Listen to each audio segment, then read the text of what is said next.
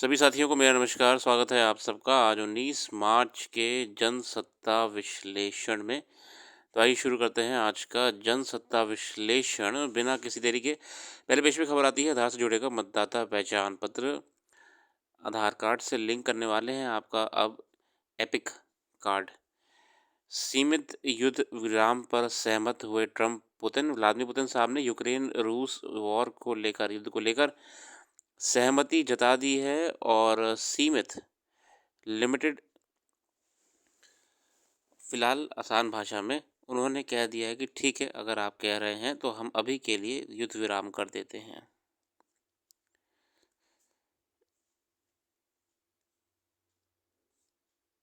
आगे बढ़ते चलते हैं आज के संपादकीय की ओर। संपादकीय इस क्रम में रहने वाले हैं समरसत्ता पर चोट, संयोग का सफर, फिर है देश की भाषा, भाषिक योजना और हिंदी। प्रथम संपादकीय है समरसत्ता पर चोट। अफवाहें जंगल में आग की तरह फैलती हैं। नागपुर में औरंगजेब की कब्र हटाने को लेकर हुए प्रदर्शन के दौरान एक समुदाय की धार्मिक पुस्तक जलाए जाने की अफवाह के बाद आज भी देखिए ऐसी हिंसा और आगजनी बढ़ती जा रही है। अफवाह वैसे भी आप देखिए ग्लोबल मिस इन्फॉर्मेशन में इंडिया रैंक नंबर 1 करता है। अगर मैं गलत नहीं हूँ तो वर्ल्ड इकोनॉमिक फोरम की ही ग्लोबल रिस्क्स रिपोर्ट आप खुद से भी देख सकते हैं। ग्लोबल रिस्क्स रिपोर्ट में जो मिस इन्फॉर्मेशन वाला एक सेगमेंट है, उसमें भारत नंबर 1 पे है। मिस इन्फॉर्मेशन या फिर डिस इन्फॉर्मेशन में भारत नंबर 1 पे है। अफवाह फैलाने में माहिर हैं लोग हमारे। Global risks report world economic forum latest report है, आप भी नेट पे चेक कर सकते हैं। तो नागपुर में हिंसा बढ़ी, कई लोग घायल हुए। पिछले कुछ वर्षों में देश में अलग अलग राज्यों में हिंसा की कई घटनाओं के पीछे किसी न किसी अफवाह की भूमिका पाई गई है, मगर नागपुर में हिंसा के पीछे असल मुद्दा औरंगजेब की कब्र का है। चटाने के लिए पिछले कई दिनों से मांग उठ रही है। दुर्भाग्यवश न केवल इस पर राजनीति हो रही है, बल्कि इस मुद्दे को जिस तरह हवा दी जा रही है वह चिंता का विषय है। कोई सभ्य देश अपने इतिहास को मिटाता नहीं है, वही ऐतिहासिक स्थलों को संरक्षित करता है ताकि आने वाली पीढ़ियां अपने इतिहास को जाने और उससे सबक ले।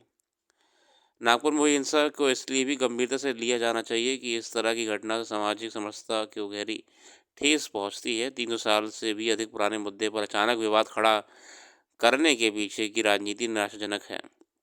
इस घटना ने सभी को झकझोर कर रख दिया है। दुखद यह है कि हिंसा ऐसे शहर में हुई जहां पर धर्म और समुदाय के लोग वर्षों से सद्भाव के साथ रहते आए हैं। यह अपनी संस्कृति और विरासत के लिए जाना जाता है।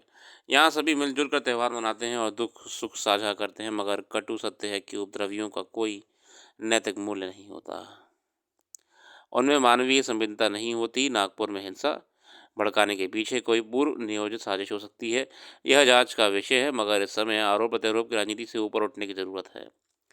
देखिए, दुर्भाग्य है जहाँ पे हमारा संविधान कहता है कि we should develop scientific temper और इतिहास को संरक्षित रखना चाहिए, इतिहास को समझना चाहिए, वहीं पे आज कुछ राजनीतिक दल और कुछ असामाजिक तत्व इस पे अपनी नफरत की रोटियां सेक कर धर्मों को लड़ाने पे लगे हुए हैं। आगे बढ़ते चलते हैं, संयोग का सफ़र। ऐसे समय में जब अमेरिका राष्ट्रपति के भारी शुल्क थोपने को लेकर भारत में तरह तरह के कयास लगाए जा रहे हैं, भारत में तरह तरह के कयास लगाए जा रहे हैं और दोनों देशों के बीच संयोग के रिश्तों में रुकावट आने का अनुमान लगाया जा रहा है। अमेरिका की राष्ट्रीय खुफिया निदेशक तुलसी गबार्ड की भारत यात्रा कई अर्थों में महत्वपूर्ण है। गबार्ड ने प्रधानमंत्री, रक्षा मंत्री और राष्ट्रीय सुरक्षा सलाहकार से मुलाकात की और कई कार्यक्रमों में हिस्सा लिया। उन्होंने जिस तरह आतंकवाद, रक्षा सुरक्षा और सूचनाओं को साझा करने जैसे मुद्दों पर बेबाक ढंग से ट्रंप प्रशासन की प्राथमिकताओं का उल्लेख किया और भारत की चिंताओं पर संयोग का भरोसा दिलाया है, उसी को साफ हो गया है कि अमेरिका के साथ भारत के रिश्ते में खटास की आशंकाओं में कोई दम नहीं है। देखिए, जब कूटनीति चलती रहती है देशों के बीच में कभी कभी कुछ मतभेद भी होते हैं, मगर सहमतियां ही रहती हैं। हर कोई साथ चलना चाहता है आगे जाके। गबार्ड ने स्पष्ट कहा है कि डोनाल्ड ट्रंप इस्लामिक आतंकवाद खत्म करने को लेकर गंभीर हैं। आतंकवाद ने हमें चारों ओर से घेर लिया है और इसका दूरगामी असर पड़ेगा। उन्होंने पाकिस्तान और बांग्लादेश का नाम लेकर आतंकवाद और सांप्रदायिक उन्माद से निपटने पर जोर दिया है। राष्ट्रीय सुरक्षा सलाहकार के साथ गबार्ड की बैठक में सुरक्षा और सूचनाओं के साझाकरण पर विशेष रूप से बातचीत हुई। रक्षा मंत्री ने खालिस्तानी अलगाववादियों पर अंकुश लगाने का मुद्दा उठाने हुए मांग की है कि सिख फॉर जस्टिस जैसे संगठनों पर अमेरिका प्रतिबंध लगाए। अगर ट्रंप प्रशासन इस दिशा में कोई सकारात्मक कदम उठाता है तो भारत के लिए पन्नू जैसे अलगाववादियों के खिलाफ नकेल कसने में आसानी होगी।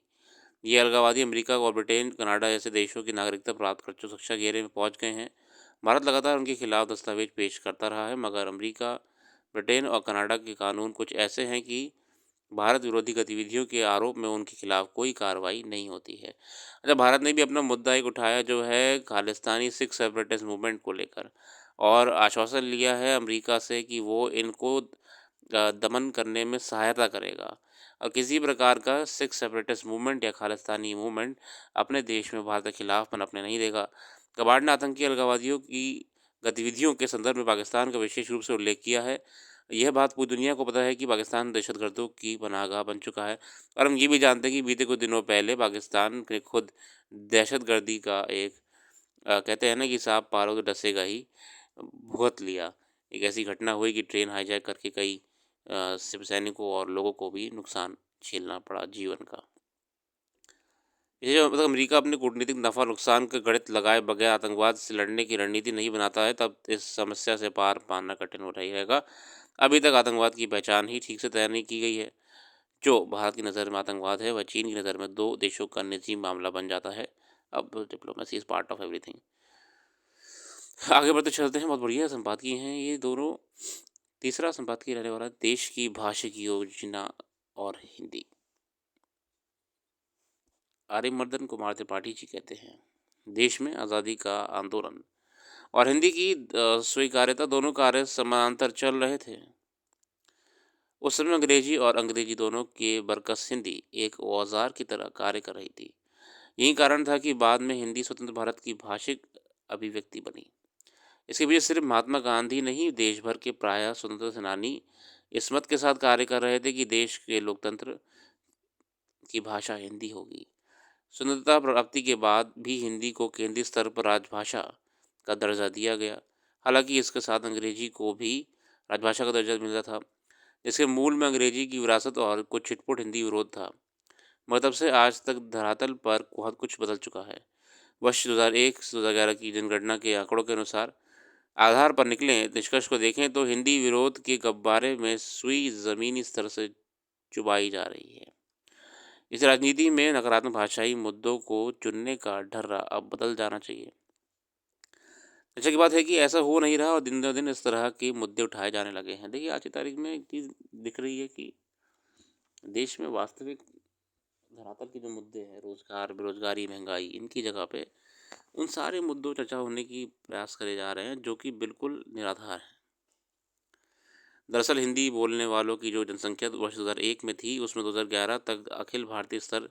अधिक मज़ा ये भी कि जो सबसे ज़्यादा लोग हिंदी के लिए लड़ रहे हैं, हिंदी को अपना एक तरीके से मूवमेंट बनाने का प्रयास कर रहे हैं, वो खुद खुद अपने बच्चों को विदेशों में पढ़ाते हैं, इंग्लिश को एक स्टेटस सिंबल समझते हैं। उन्हें अंग्रेज़ों के साथ उठना बैठना अच्छा लगता है, मगर वो चाहते हैं कि एक क्लास है जो नीचे दबी रहे हमेशा, और उसको ऐसे मूवमेंट्स परोसते रहो जिससे उनकी सोच कभी आगे ना जा पाए। बात भाषा की नहीं है, बात यहाँ पे राजनीति की ज़्यादा है।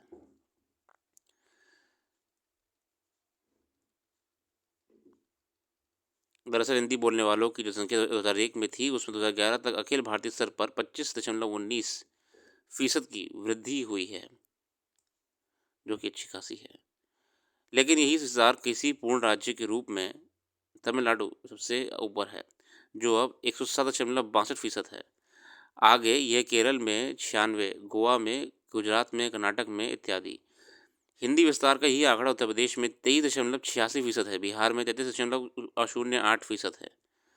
गौरतलब है कि क्षेत्र मतलब देखिए कितना बड़ा परिवर्तन है कि तमिलनाडु में इस समय जो हिंदी भाषा का विस्तार हो रहा है बहुत भारी मात्रा में बढ़ चुका है। 107% इंक्रीज देखा गया है।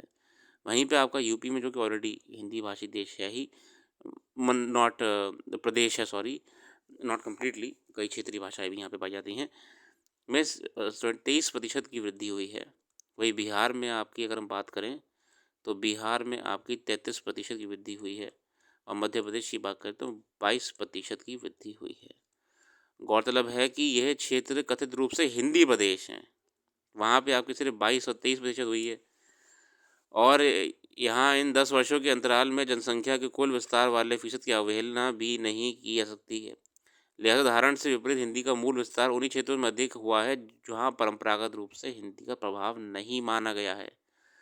अब ये बड़ा देखिए कितना अपने आप में रोचक बात है कि तमिलनाडु के क्षेत्रों में जहाँ पे हिंदी का आप उम्मीद नहीं कर सकते, वहाँ पे इतना विस्तार हो चुका है। और जो हिंदी क्षेत्र हैं, हिंदी बेल्ट हैं, वहाँ पे हिंदी विलुप्त हो रही है, कहीं न कहीं कम होती दिख रही है। क्योंकि मात्र 22 से 30% का आपका वृद्धि, वो भी तब जब जनसंख्या भी लगातार हर साल बढ़ रही है। ये अपने आप में चौंकाने वाली बात है। गौरतलब है कि लिहाजा जहाँ पर हिंदी प्रभाव नहीं मानी गई, गौरतलब है कि वहाँ हिंदी को थोपा नहीं गया है। हिंदी विरोध तो वहाँ की राजनीति का केंद्रीय तत्व है। और देखिए दक्षिण दक्षिण राज्यों में हिंदी हिंदी और भाषागत राजनीति कई सदियों पुरानी है। दरअसल ऐसा इसलिए हो रहा है कि आज अंतर्राज्यीय रोजगार, शिक्षा और मनोरंजन आदि की चाहत में लोग ने हिंदी सीखी है या इन्हीं कारणों से विस्थापन हुआ है। यदि हिंदी को थोपना होता तो यह संविधान की मूल भाषा मंशा के अनुरूप आज देश की अनिवार्य राजभाषा होती, लेकिन यह सच्चाई किसी में नहीं छिपी है कि स्वतंत्रता के इतने साल बाद भी सरकारी कामकाज की भाषा स्वाभाविक रूप से अंग्रेजी ही है। जाहिर है कि हिंदी अपनी ज़मीन से आगे बढ़ रही है, ऊपर से थोपी नहीं गई है। इस क्रम में हिंदी को लेकर कुछ बने बनाए भ्रम ऐसे देश जितना जल्दी-जल्दी निकल जाए तो अच्छा होगा। सर्वप्रथम तो ये कि हिंदी पट्टी जैसी कोई चीज़ वास्तविक धरातल पर नहीं है। जो कहते हैं ना हिंदी बेल्ट, अरे भैया ऐसी कोई बेल्ट नहीं है। ये सिर्फ ग्रियर्सन 1928 द्वारा प्रस्तावित हिंदी बेल्ट का अनुवाद भर है, जिसे रामविलास शर्मा आदि सरीखे विद्वानों ने हिंदी में जड़बूत कर दिया। जिस बड़े क्षेत्र को ग्रियर्सन ने हिंदी बेल्ट कहा था, उसी में से बिहार को बिहारी भाषा वाला क्षेत्र बताया था। आज अगर इस भाषा को खोजा जाएगा तो ना तो वास्तव में कोई बिहारी भाषा का अस्तित्व है और ना ही हिंदी बेल्ट का। वास्तव में इस पट्टी में हिंदी से अधिक प्यार पाने वाली दूसरी सैकड़ों भाषाएं हैं और ये सभी लोग हिंदी को उसी व्यावहारिकता में इसके धरातल पर खड़ा होकर स्वीकार करते हैं जैसे देश के दूसरे हिस्से के लोग। गौरतलब है कि जिस कथित हिंदी पट्टी को हिंदी का ज्ञाता समझ लिया जाता है, वहाँ हिंदी को अलग से सीखा जाता है। यहाँ दूर दराज के क्षेत्रों में आज भी हिंदी उसी तरह है जैसे बांग्ला, असमिया, गुजराती आदि हो सकती है। यहाँ तक कि हिंदी का प्रांतीय स्वरूप अपने आप में भिन्न है, जो हिंदी के लोकतांत्रिक चरित्र का सबसे सुंदर उदाहरण है। और ये भी देखिए अपने आप में जो कथित तौर पे आपको एक भ्रमित करने का प्रयास करा जा रहा है कई लोगों के द्वारा, जिन क्षेत्रों को वो हिंदी बहुल क्षेत्र मानते हैं, वो क्षेत्र खुद ही हिंदी को समझने में संघर्ष कर रहे हैं और हिंदी के विविध रूपों से एक डाइवर्सिटी है अपने आप में। अब देश को जोड़ने, चलाने और जातीय संस्कृति को अक्षुण्ण रखने के लिए संवाहक भाषाओं की ज़रूरत हमेशा रहेगी और इसमें हिंदी सर्वाधिक उपयोगी है। खैर, लोकतंत्र में किसी को इतना शक्तिशाली नहीं होना चाहिए कि वह देश और समाज का एकमेव निर्धारक बन जाए। भाषाएं बहुभाषिक समाज के लोकतंत्र की नियामक होती हैं। अगर अंग्रेजी का शक्तिशाली होना भारतीय लोकतंत्र को मूल भावना के खिलाफ है, तो उसकी संभावना हिंदी के साथ भी बनी रहेगी। मगर हिंदी और अंग्रेजी की आपस में तुलना की जाए तो हिंदी निश्चित रूप से भारतीय लोकतंत्र के लिए सर्वाधिक उपयोगी रही है। इसलिए भी अपने इतिहास से ही हिंदी ने समायोजन पर जोर दिया है, बहिष्कार पर नहीं। यही कारण है कि इसमें अरबी, फारसी, उर्दू और अंग्रेजी आदि से सैकड़ों शब्द सहज स्वीकृत हैं और यही इसकी शक्ति है जिसमें इसे अपना रास्ता खुद बनाया है। बहुत सही बात है। हिंदी तो देखिए, हिंदी तो जोड़ने की भाषा है। हिंदी जोड़ने की भाषा है, बाँटने की भाषा नहीं है। इसका सबसे बड़ा उदाहरण आज भोजपुरी को लेकर देखा जा सकता है। हैरत की बात है कि सरकार की आज तक इस 8वीं अनुसूची में शामिल करने लायक नहीं समझा। भोजपुरी देखिए आप। लेकिन गूगल ने इसमें मशीनी अनुवाद को विकसित कर दिया है। इधर डिजिटल मीडिया को लेकर फिक्की द्वारा किए गए एक अध्ययन में पाया गया कि वर्ष 23 में टीवी के दर्शक के रूप में भोजपुरी भाषी न सिर्फ अंग्रेजी, बांग्ला, उड़िया, मलयालम से कई गुना आगे हैं, बल्कि पंजाबी, तेलुगु, मराठी और तमिल के बराबर हैं। ये देखिए नई बात। जो संगीत, फिल्म उद्योग और डिजिटल मीडिया के माध्यम से लेकर लगातार आगे बढ़ रहे हैं। इसमें देश के सभी भाषाइयों के खिलाफ के लिए रोजगार के अवसर पैदा हुए हैं। हिंदी के पास ना तो आज शास्त्रीयता की दर्ज की हकदारी है और ना ही वह कतार में खड़ी है, लेकिन इसमें एक उदित भाव है जो ईमानदार और आशंका से सर्वथा पूरे है परे है। विदेशी रवानगी की अपनी भाषा है जो जड़ीभूत ना होकर पूर्वाग्रह से मुक्त एक गतिशील भाषा है। बहुत बढ़िया लेख है हिंदी में। मैं तो बड़ा बहुत ही अच्छा लगा है। बहुत समय बाद एक इस भाषाई विवादों को लेकर एक रियलिटी चेक मिल पाया है। ये बहुत ही करेक्टिव अपने आप में होलिस्टिक पूरा एक एक्सप्लेनेशन दिया है अरिमर्दन कुमार त्रिपाठी जी द्वारा। आगे बढ़ते चलते हैं अन्य संपाद की या खबरों की ओर। अंतर्राष्ट्रीय आर्थिक जगत की विशेष खबरें।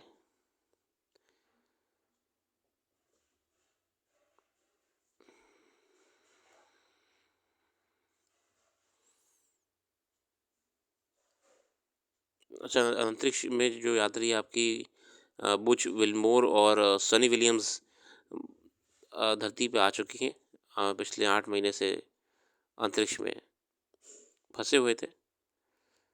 फिलहाल आज के लिए इतना रखते हैं। अपना कीमती समय देने के लिए बहुत बहुत धन्यवाद। कल फिर आएंगे नई वीडियो के साथ। जुड़े रहिए और वेबसाइट को भी ज़रूर विजिट करिएगा। उसका लिंक डिस्क्रिप्शन में मौजूद है। आपको डिटेल में करंट अफेयर्स पढ़ने को मिलेगी जो कि आपके आगामी परीक्षाओं के लिए महत्वपूर्ण है। धन्यवाद।